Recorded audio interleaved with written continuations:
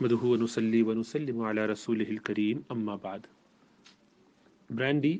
شراب ہی کی ایک قسم ہے۔ ہمارے ہنڈو پاک میں کبھی چھوٹے بچوں کو یا کسی کو شدید کھانسی وغیرہ ہوتی تھی بچپن میں، بہت پرانے زمانے میں، آج سے 30-40 سال پہلے،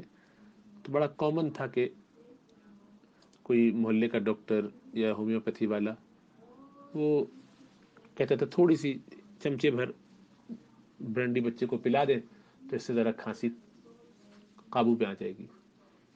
یہ اور بھی بہت سی بیماریوں میں کچھ نہ کچھ دے دیتے تھے بچے کو، ہلکا سا نشہ ہو جاتا تھا، نیند آ جاتی تھی تو سو جاتا تھا، تو اس سے وہ کافی حد تک جو ہے وہ بہتر ہو جاتا تھا۔ لیکن جاننا چاہیے کہ یہ ڈپینڈ کرتا ہے کہ بنی کس سے ہے۔ اگر تو وہ کھجور اور انگور کی ہے جو شراب، تو حرام اور ناجائز ہے، اور اگر وہ اس کے علاوہ کسی چیز سے ہے تو اس کے استعمال کی گنجائش ہے، کیونکہ یہ ایگزیکٹ پتہ نہیں چلتا عام حالات میں کہ کس چیز سے بنائی گئی ہے، اور یہ بہت سارے مختلف پھلوں سے بنائی جا سکتی ہے۔ تو کھجور اور انگور کی شراب قطعی طور پر حرام ہے، اس کا ایک قطرہ بھی جائز نہیں۔ اس کے علاوہ اگر ہے کسی اور چیز سے بنی ہوئی تو اس کی گنجائش ہے۔ احناف کے ہیں وہ ناجائز اور حرام نہیں ہوتی، کیونکہ خمر جس کا حرمت کا حکم آیا ہے، حرام ہونے کا حکم آیا ہے، احناف کے ہیں وہ صرف کھجور اور انگور ہی سے بنی ہوئی ہوتی ہے، تو ان کا تو ایک قطرہ بھی ناجائز ہے، خواہ اس سے کسی کو نشہ ہو یا نہ ہو۔ اور اس کے علاوہ جو ہے کسی اور چیز سے بنی ہوئی سنتھیٹک ہے، اس میں کیونکہ جب تک وہ اتنی تعداد میں، اتنی مقدار میں نہ پی لی جائے جس سے نشہ ہوتا ہو، پھر وہ جائز رہتا ہے۔ تو تھوڑی سی مقدار اس کی جائز رہتی ہے، نشے سے کم تک۔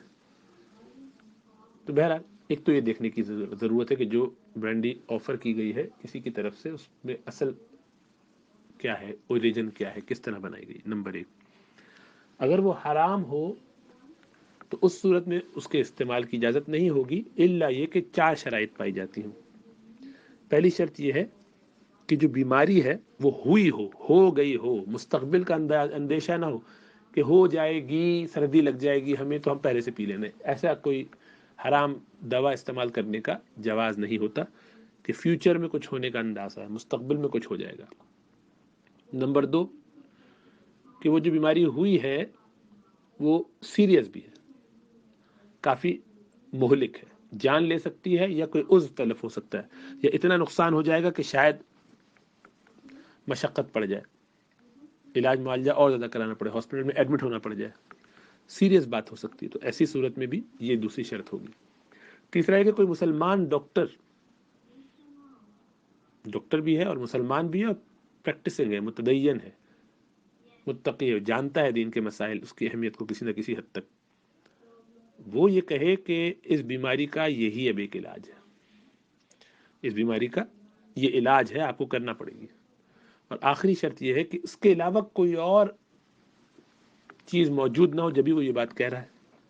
کہ یہی علاج ہے، یعنی اور اس کے علاوہ کوئی اور علاج نہیں ہے، یعنی یہ علاج ہے،